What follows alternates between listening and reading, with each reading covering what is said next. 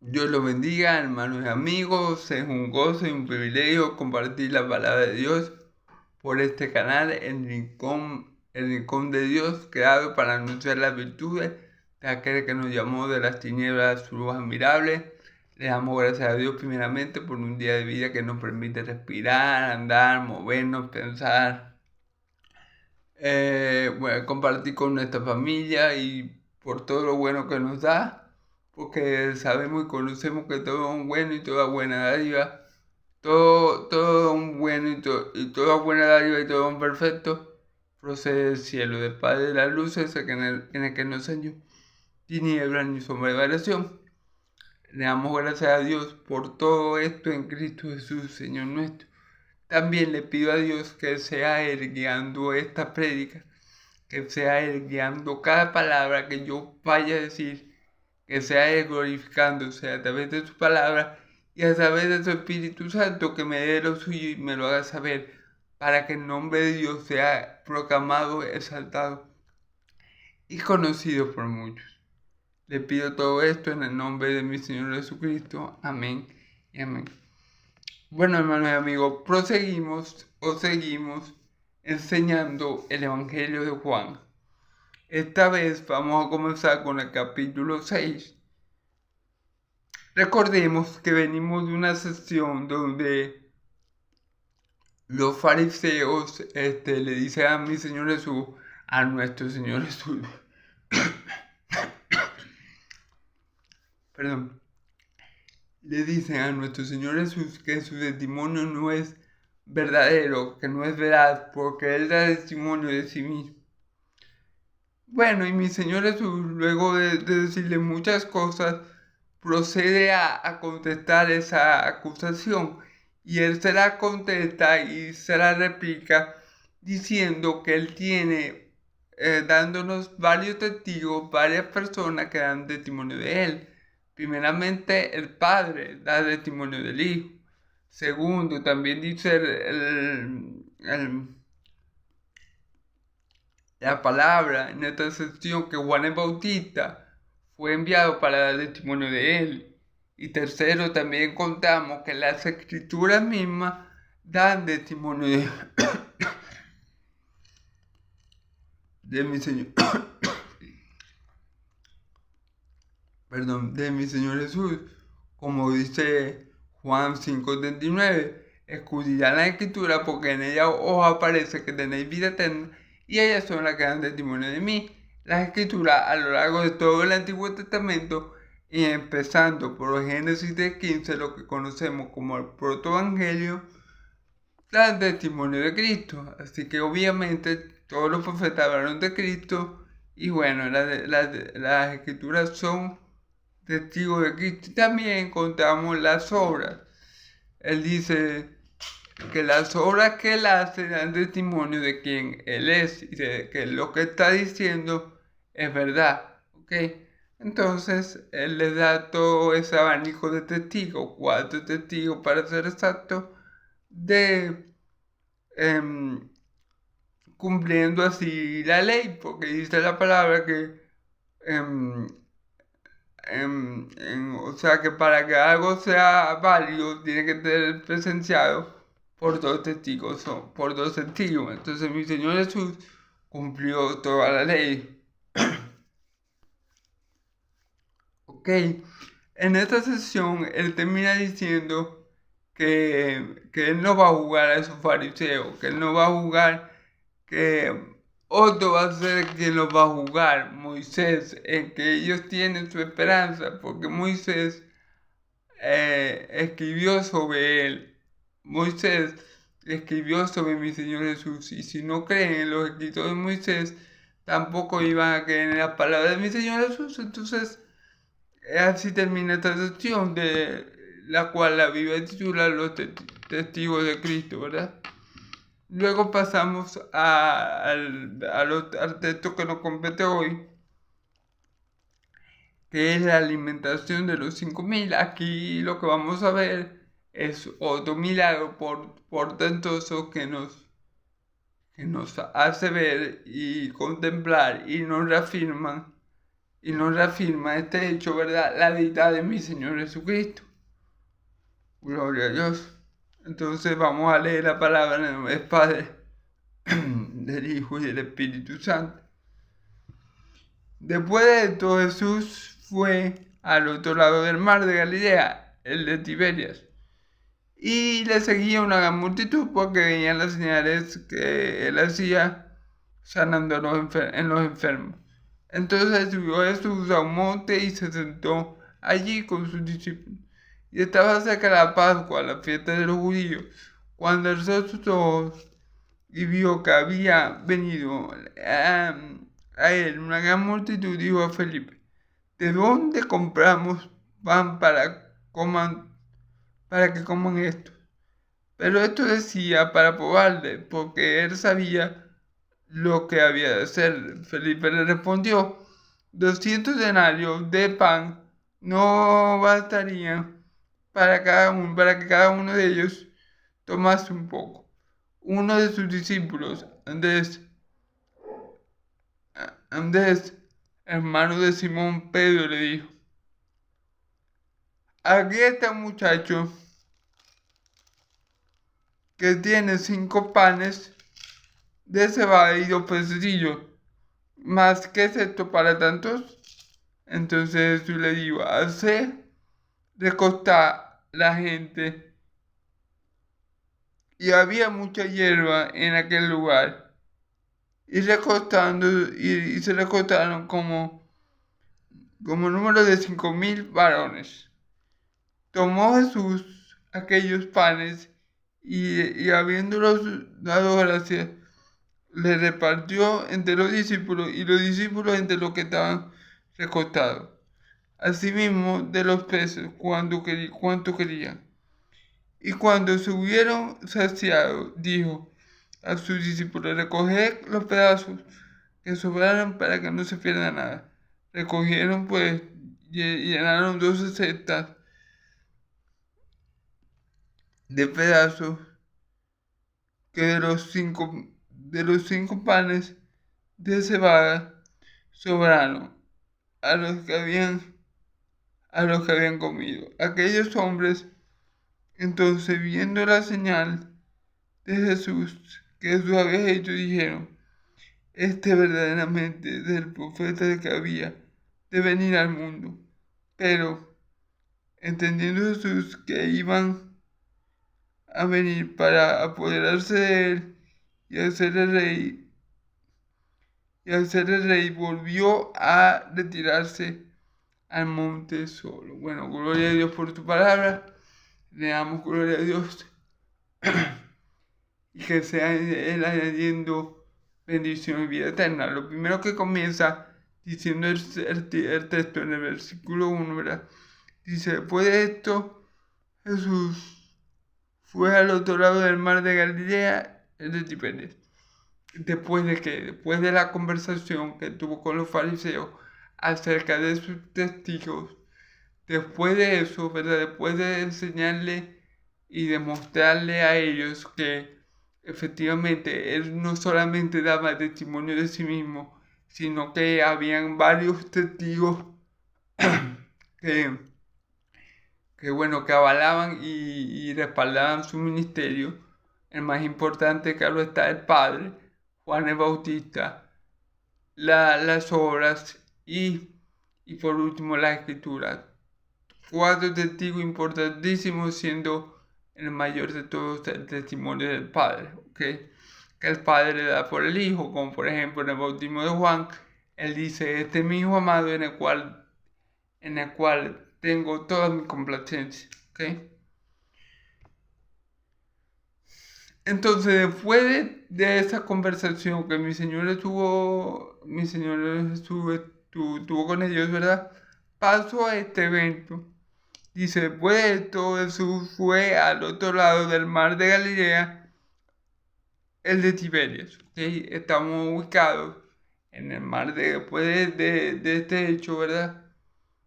Que tuvo mi Señor Jesús de esta conversación. Nos vamos a ubicar en el mar de Galilea, al otro lado, en Tiberias. Allí vamos a estar ubicados en el contexto geográfico, ¿ok?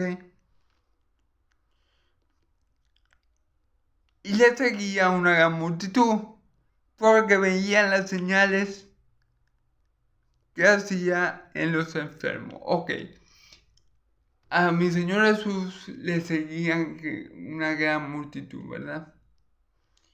O sea, aparentemente el ministerio terrenal de mi Señor Jesús estaba teniendo un éxito, porque él ya comenzaba a ser popular y una gran cantidad de masa de personas le seguía. ¿Okay? ¿Qué pasa? Que estas personas, como vamos a ver en otro video, pero para tocar un poco el punto que nos compete hoy, estas personas que le seguían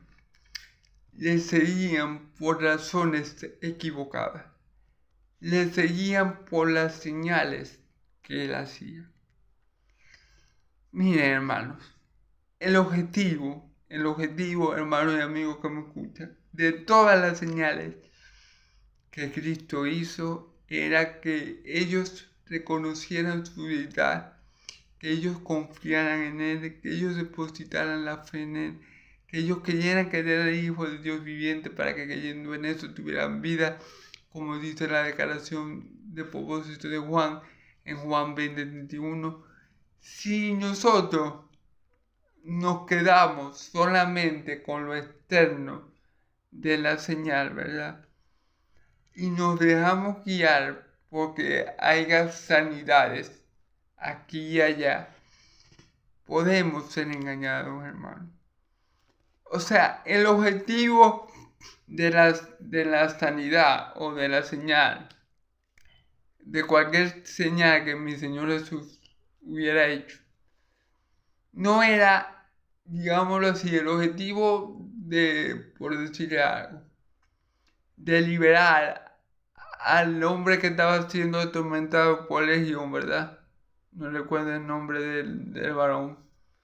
No era, ¿verdad? El objetivo no era que solamente quedaran maravillados por la señal y que el objetivo era que vieran a Jesús como Dios, como aquel que tiene autoridad para expulsar demonios, como aquel que Dios le ha dado esa potestad sobre todo nombre que se nombre en el cielo, en la tierra y debajo de la tierra. El objetivo de todo milagro, sea cual sea sanidad, liberación, de multiplicación de comida, bueno, en fin, resurrección, el objetivo de cualquier milagro en sí es contemplar, visualizar, que nosotros podamos ver con nuestros ojos espirituales la deidad de Cristo. Ese es el objetivo de cualquier milagro hecho en las Escrituras, ¿ok? Estas personas seguían a mi Señor Jesús por el milagro, pero si ellos no veían, si ellos no contemplaban ese milagro como tiene que ser, iban a perder el norte. Es como muchas personas en la actualidad, muchas llegan a Cristo buscando un milagro, buscando ciertas cosas, y cuando la obtienen o cuando en su soberanía Dios se las da, ¿verdad? Ellos se apartan de Dios porque no tenían la mirada puesta en Cristo, sino en el beneficio que Cristo les podía otorgar. Y esa es la actitud del corazón de estos hombres. Aquí no lo vamos a contemplar como tal, pero en el video que viene lo vamos a ver un poco más a fondo qué pasó con esos hombres que van a recibir este milagro de parte del Señor.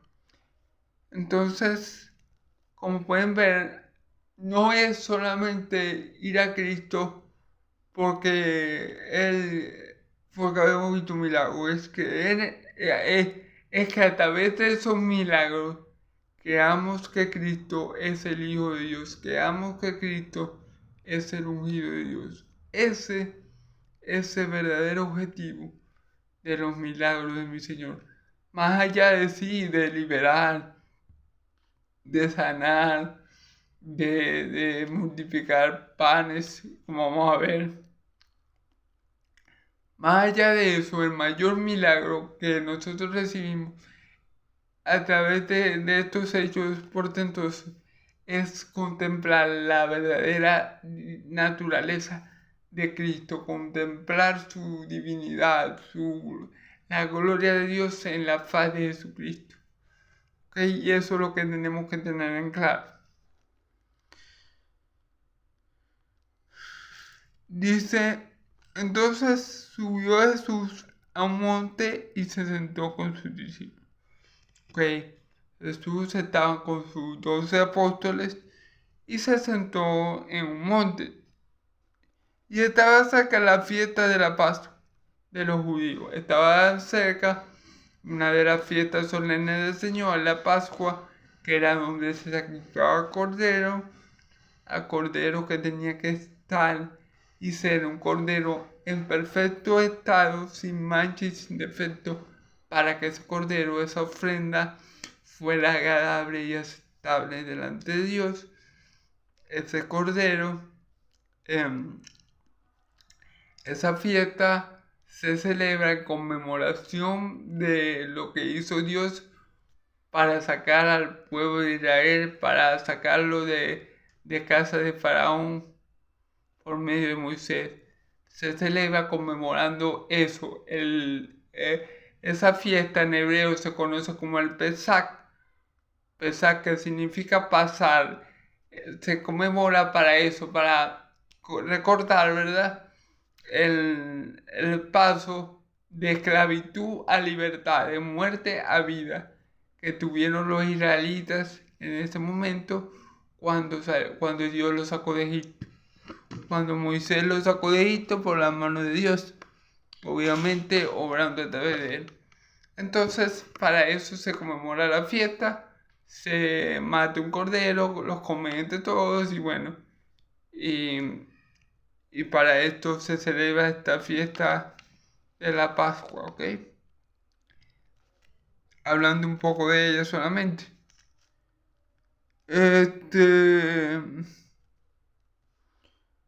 Cuando alzó Jesús los ojos, vio que había venido a él gran multitud y le dijo a Felipe, ¿de cierto?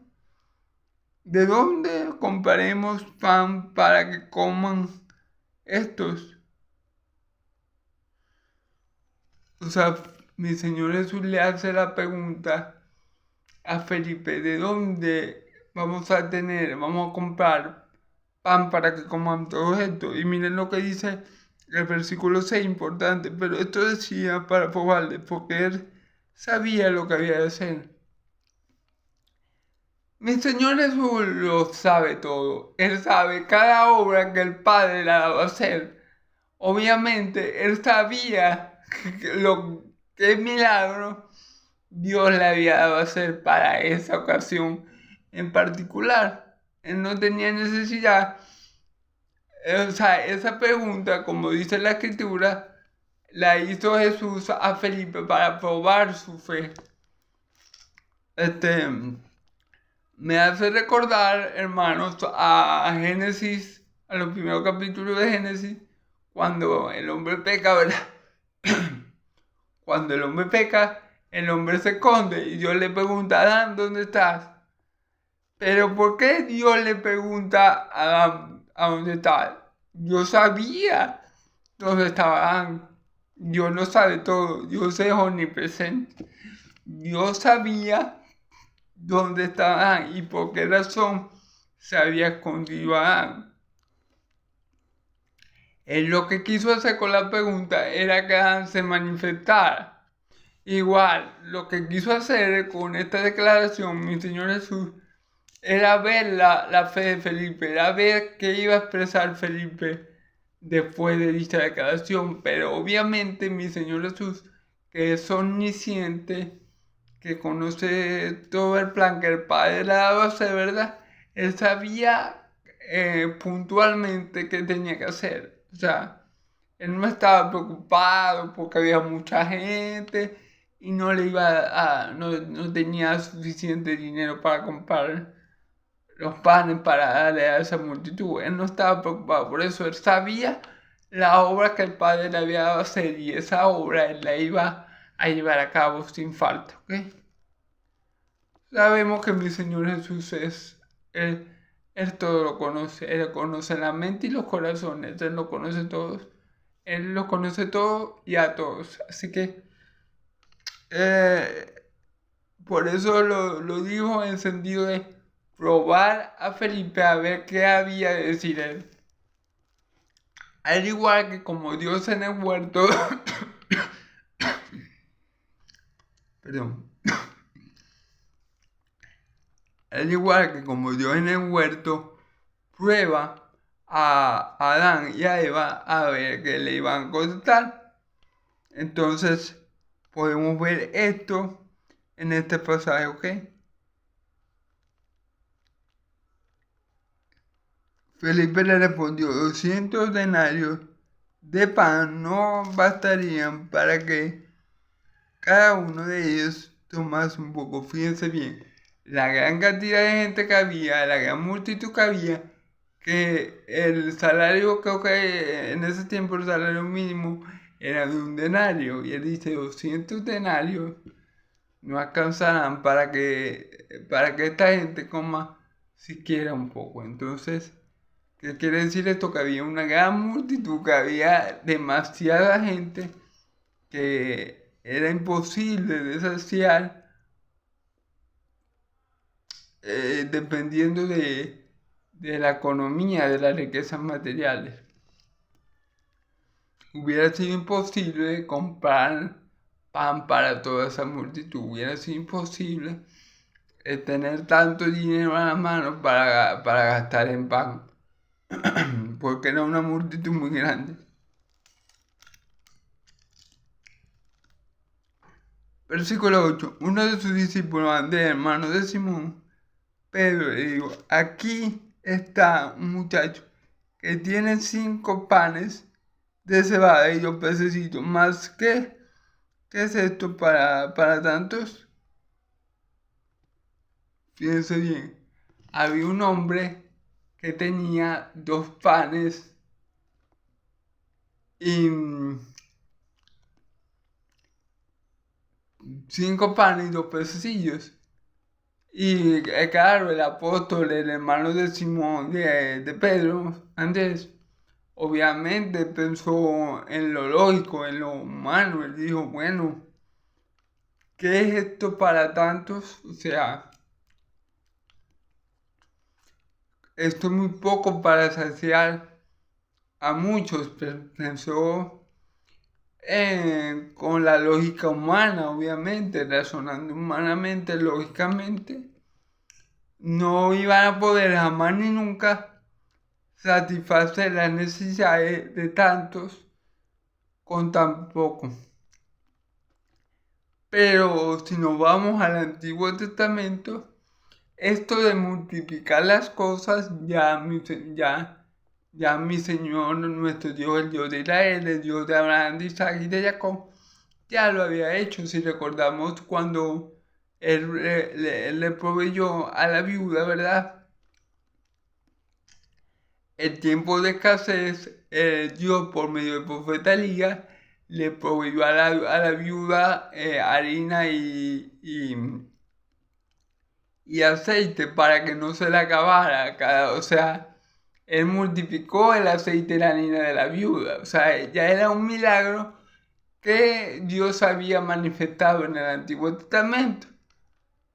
Entonces sabemos y comprendemos que para Dios todo es posible.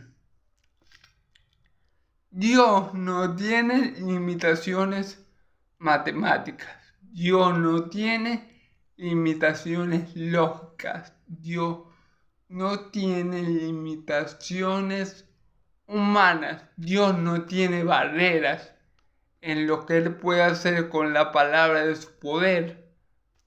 ¿Me entiendes? Entonces, Dios no conoce ninguna de esas cosas.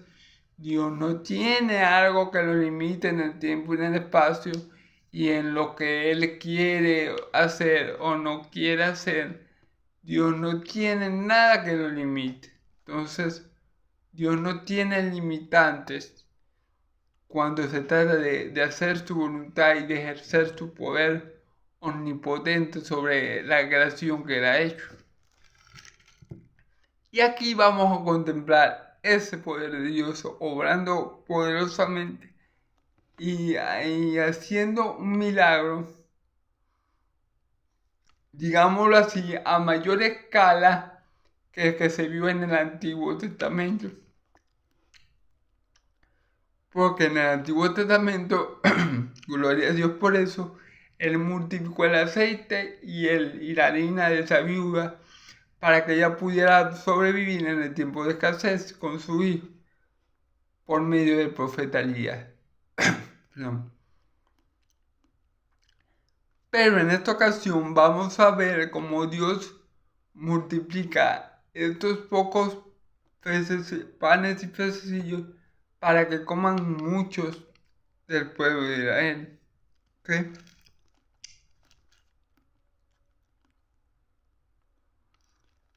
Entonces Jesús hace recortar la gente y había mucha hierba en aquel lugar y se recortaron en un número de 5,000 varones. Aquí vemos como mi Señor Jesús ordena a sus discípulos que acomode a la gente, que ordenen a la gente. Dios es un Dios de orden, ¿ok? Y Jesús manda ordenar a la gente, ¿verdad? En la hierba que había ahí había mucha hierba. Y había un número total de varones de 5,000 personas, 5,000 varones. 5,000 varones sin contar mujeres y niños, porque recordemos que para ese tiempo y la cultura hebrea, ¿verdad? Tenía a la mujer, digámoslo así, denigrada, en el sentido que la mujer era como, antes de Cristo, la mujer era como un ciudadano de tercera categoría. Entonces, por eso no se contabilizan en este versículo ni mujeres ni niños. Pero sacando cuentas, podían haber fácil, mucho más de 10,000 personas en ese lugar. ¿Ok? Solo que por la cultura no se contabilizaban ni las mujeres ni los niños. Pero fácil, más de 10,000 personas por mucho. ¿Ok? Bueno, ellos se sentaron, mi Señor Jesús los acomodó, los apóstoles ordenaron todo, ¿verdad?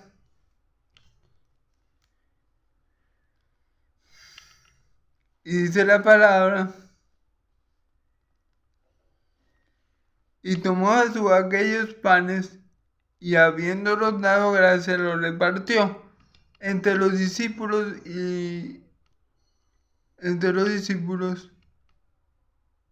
los discípulos entre los que estaban recostados, así mismo los peces como los panes. Los peces cuanto querían. Ok, mi Señor Jesús dio gracias y partió mi Señor Jesús dio gracias, ¿verdad? Y partió los panes, dio gracias y partió los panes y se los dio a sus discípulos para que los repartiera, al igual que los peces, ¿ok?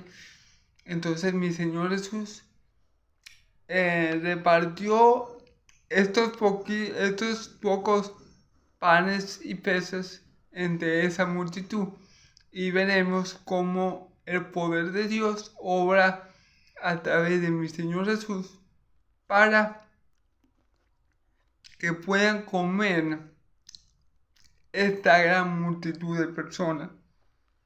Vamos a ver lo que dice el versículo 12.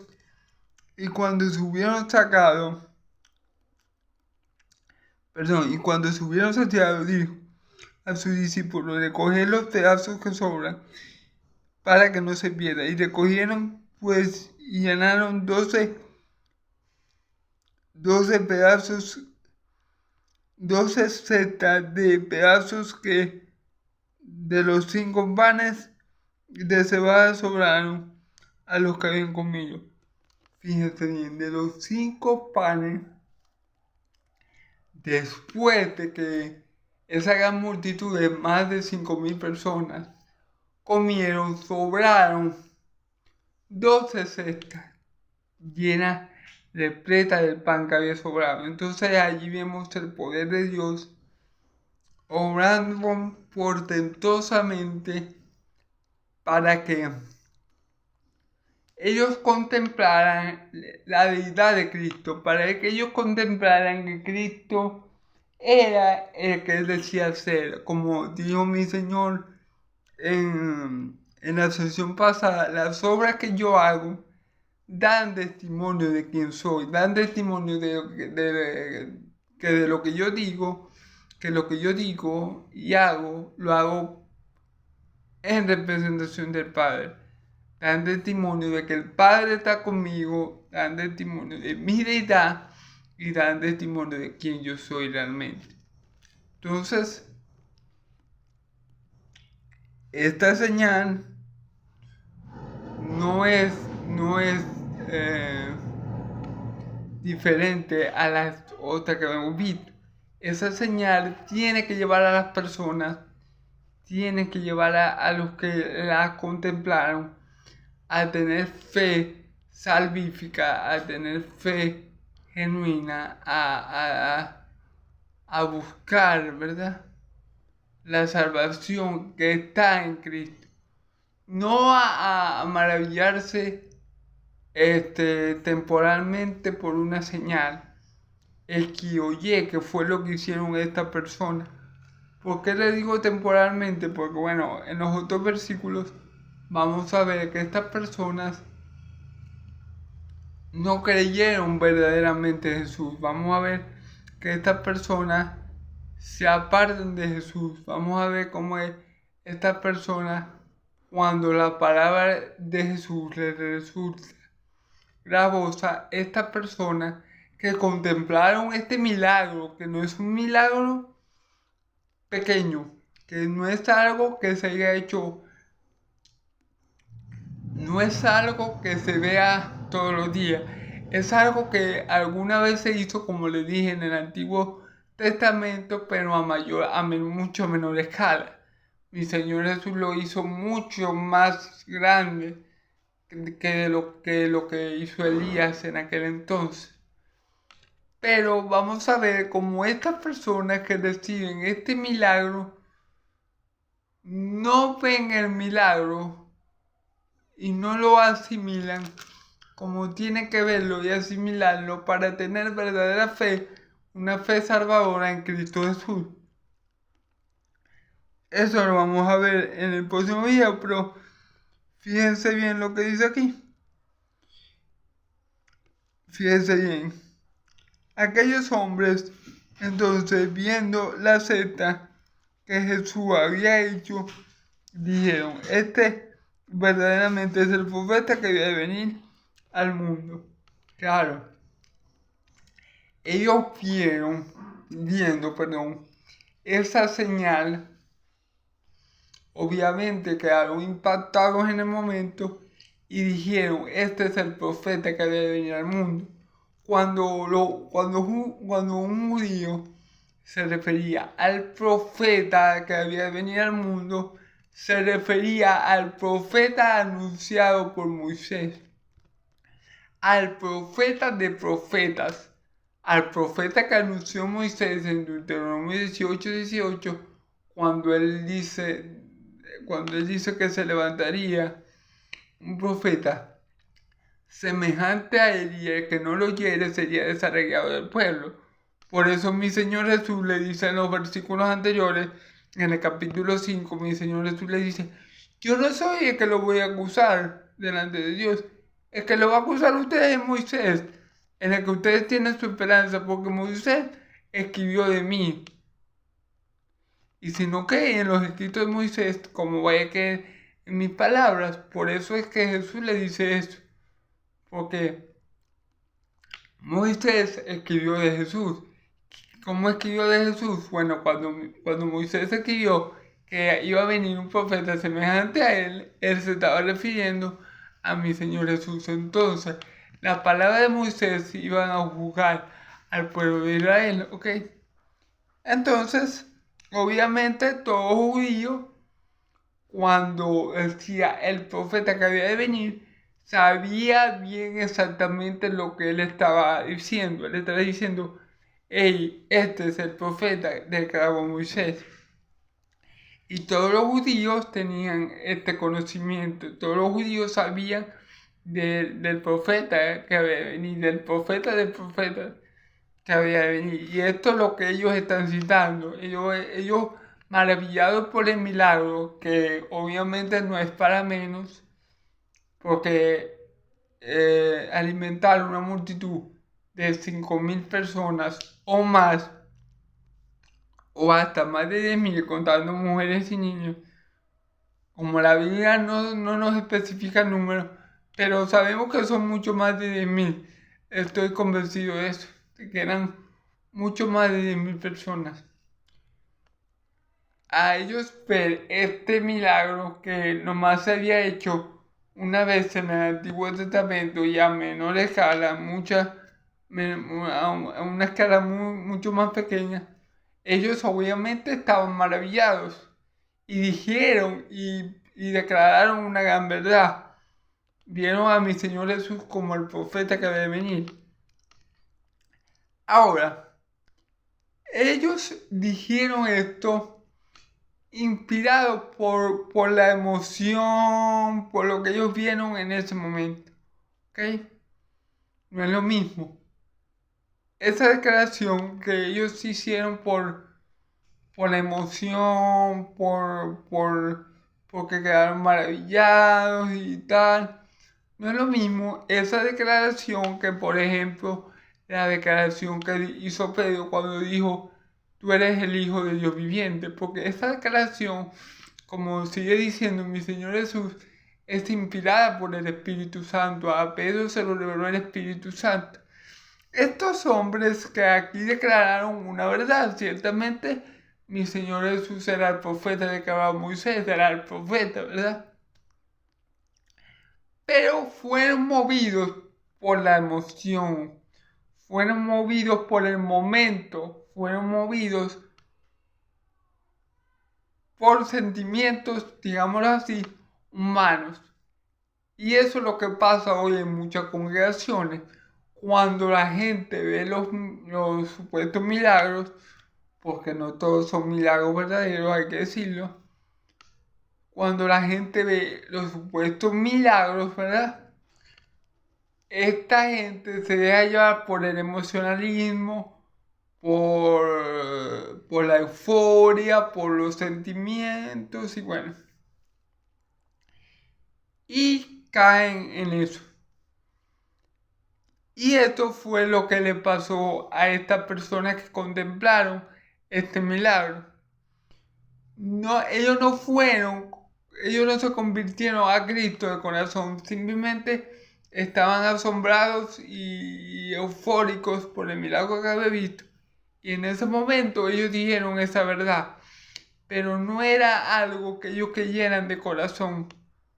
Pero ellos no se convirtieron de sus malos caminos. Es como, me hace recordar mucho esto a la parábola del sembrador, a los que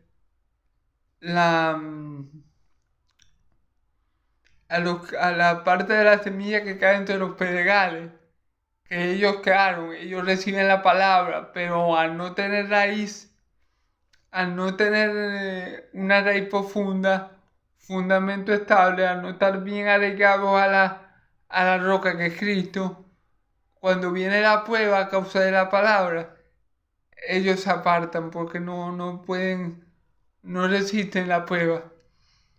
Y esto fue lo que le pasó a esta persona. Ahorita vemos que están confesando a Cristo, que están diciendo, hey, este es el Mesías, que había de venir. Pero en otro video que voy a hacer, vamos a ver cómo estas personas se apartan de Cristo.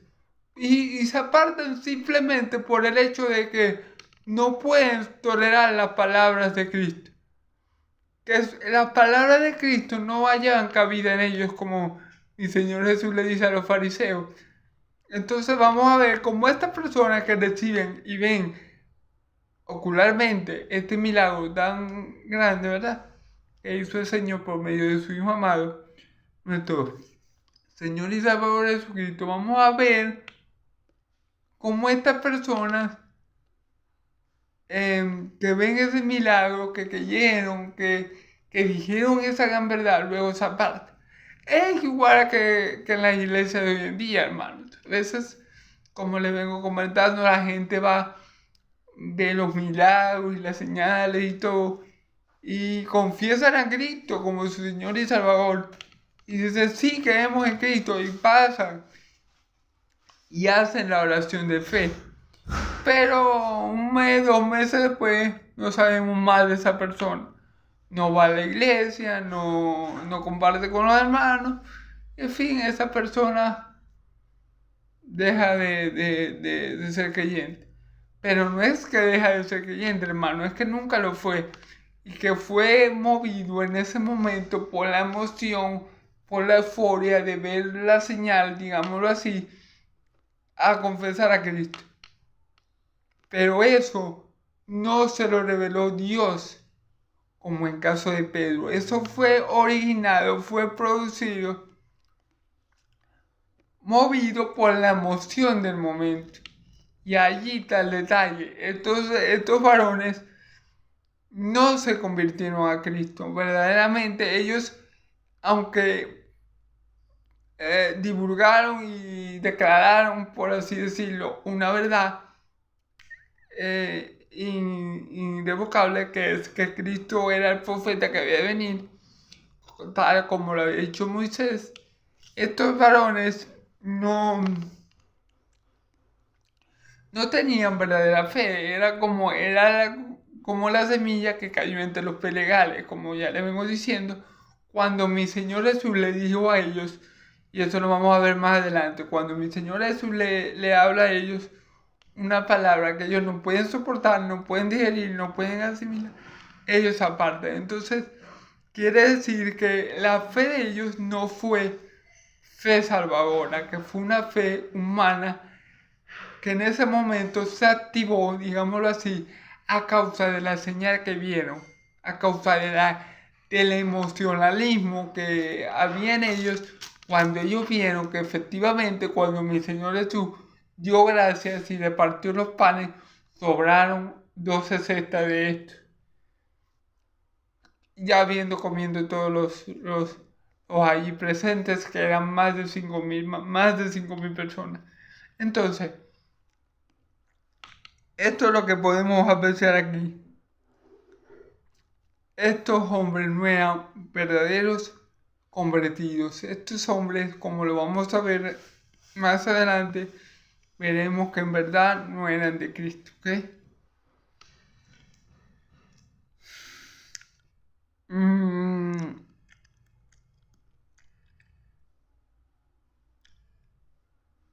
Versículo 15. Pero entendiendo Jesús que iban a venir para apoderarse de él y hacerle rey, volvió a retirarse al monte solo. ¿Okay? Fíjense bien, cuando ellos vieron esa señal y dijeron todo lo que dijeron, movido por su emocionalismo, eso es algo que hay que destacar porque no fueron movidos por el Espíritu Santo. No fue como cuando Pedro dijo lo que dijo de mi Señor Jesús, que él era el Hijo de Dios viviente.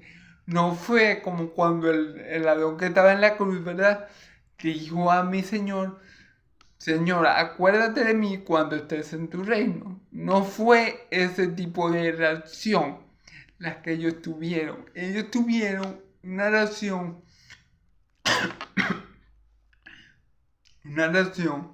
humana movida por la emoción. Y eso hay que tener mucho cuidado, hermanos.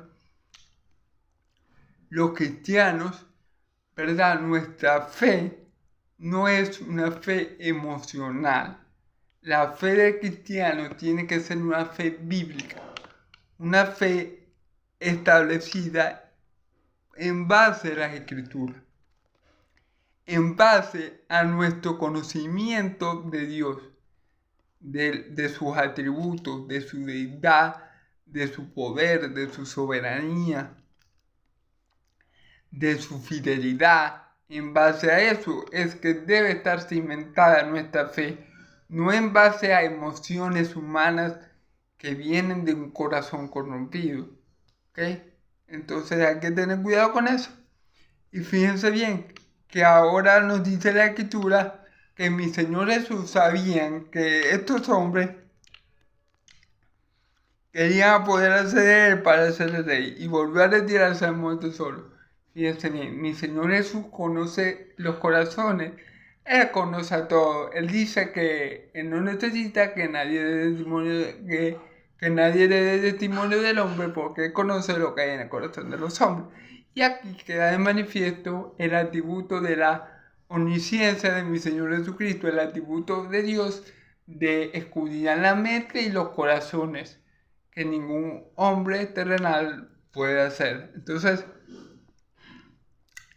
¿por qué ellos querían apoderarse de mi Señor Jesús para hacerlo rey? Claro, porque ellos pensaban o tenían ese razonamiento humano, esa lógica humana, que cuando el Mesías apareciera, ¿verdad?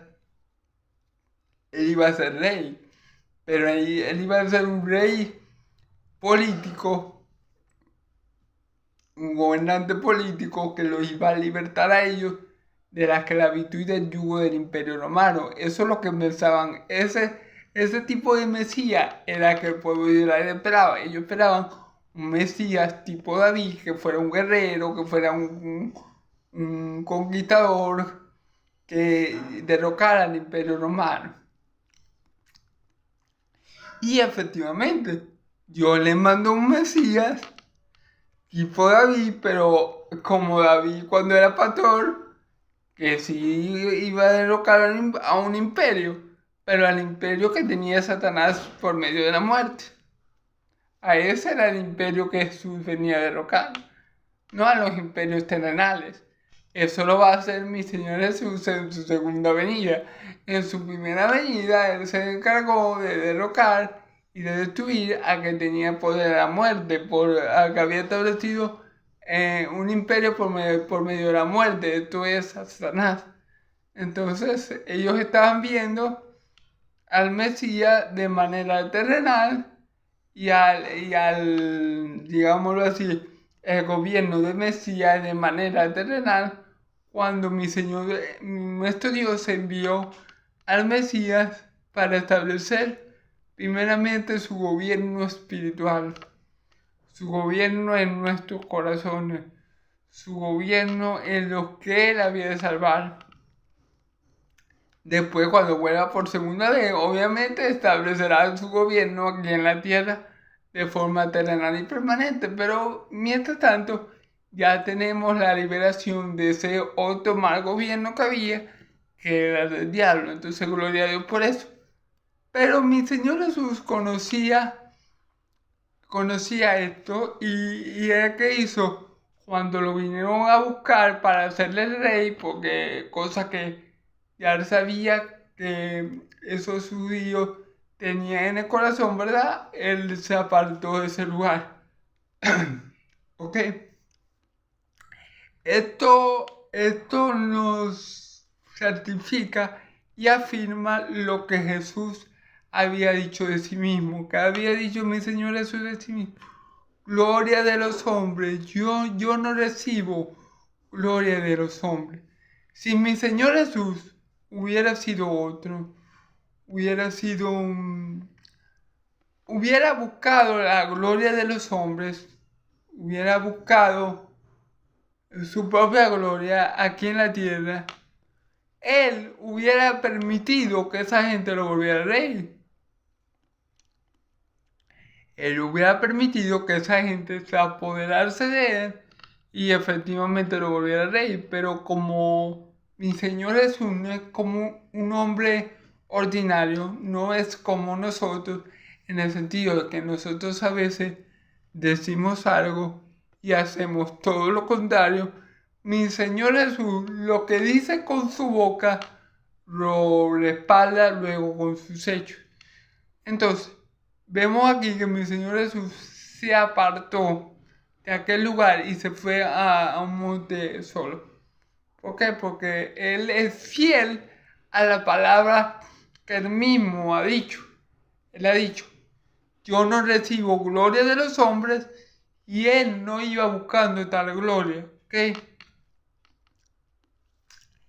Y bueno, Él no iba buscando tal gloria, así que Él se apartó para que los hombres no se pudieran entender y quisieran hacerle rey. Porque Él es rey, efectivamente, pero no de este mundo. Él es el rey de reyes y señor de señores.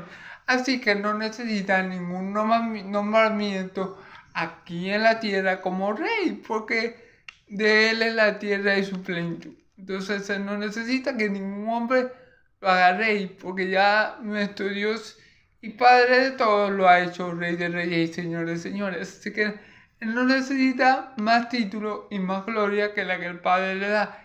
Y precisamente esa gloria es la que mi Señor Jesús busca siempre tener, como cuando Él dice, cuando Él le dice al Padre en la oración sacerdotal, Padre, devuélveme la gloria que yo tuve contigo antes que el mundo fuese. Eso lo dice Juan 17.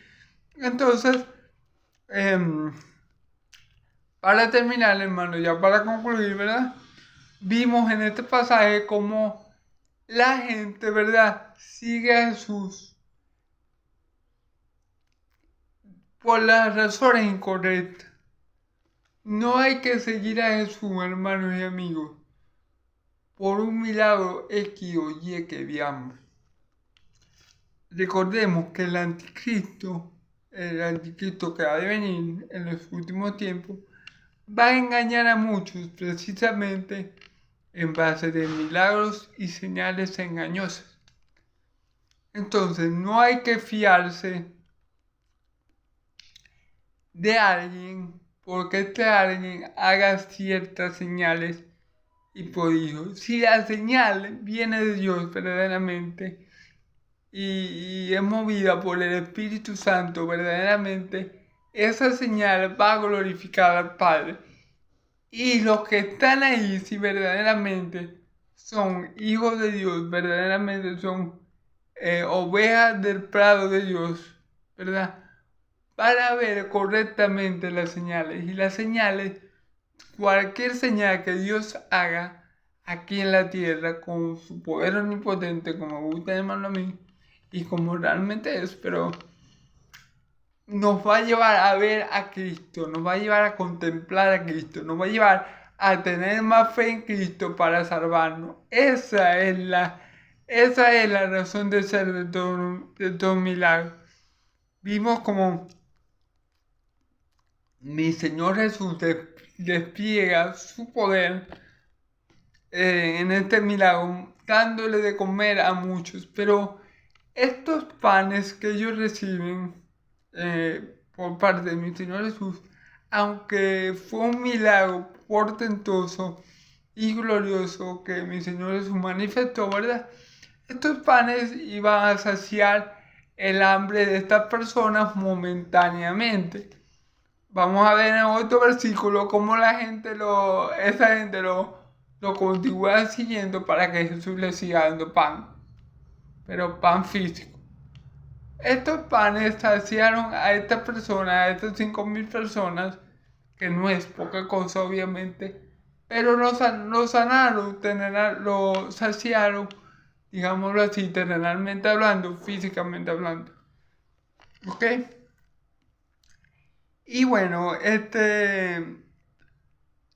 como les digo, para terminar, la razón para seguir a mi Señor Jesús es Él mismo. Él mismo es la razón por la cual tenemos que seguirlo. Porque Él es el camino, la verdad y la vida. Yo no debo seguir a mi Señor Jesús por alcanzar un beneficio X o Y. Yo debo seguir a mi Señor Jesús, porque es en Él que están todos mis beneficios. Y cuando hablo de mis beneficios, no hablo de una sanidad temporal, no hablo de una saciedad temporal, hablo de las cosas eternas que Dios tiene reservadas para aquellos que le aman. Hablo de ese pan de vida, de esa agua de vida, hablo de eso. Entonces, mis queridos hermanos y amigos, ya para terminar de concluir, ¿verdad? No nos dejemos llevar por emociones, no nos dejemos llevar por emociones, ni por lo que sintamos, ni por la euforia del momento. Roguémosle a Dios para que nos dé discernimiento, para que nos dé inteligencia y sabiduría, y nosotros a través de los milagros podamos contemplar a Cristo tal y cual es Él, el Hijo de Dios viviente, el Cordero de Dios, el Mesías que había de venir, el profeta que había de venir, y alcancemos el milagro y la obra más grande de todas las obras que Dios puede hacer en nosotros, la vida eterna. Entonces, hermanos, que cada vez que nosotros contemplemos un milagro, no nos dejemos guiar por nuestras emociones, por nuestros sentimientos, por nuestras necesidades. Debémonos guiar por el Espíritu de Dios para que nos revele verdaderamente quién es Cristo a través de ese milagro que acabamos de contemplar. Confiemos en Cristo, creamos en Cristo, porque Él es el camino, la verdad y la vida. Nadie viene al Padre sino por Él. Creamos en Cristo, porque Él es la resurrección y la vida, que en Él, aunque esté muerto, vivirá. Y creamos y veamos todos los milagros descritos en el Evangelio de Juan, en todos los evangelios, con el único objetivo de creer que Cristo es el Hijo de Dios viviente, para que creyendo eso tengamos vida eterna. Dios los bendiga, hermanos y amigos. Amén y amén.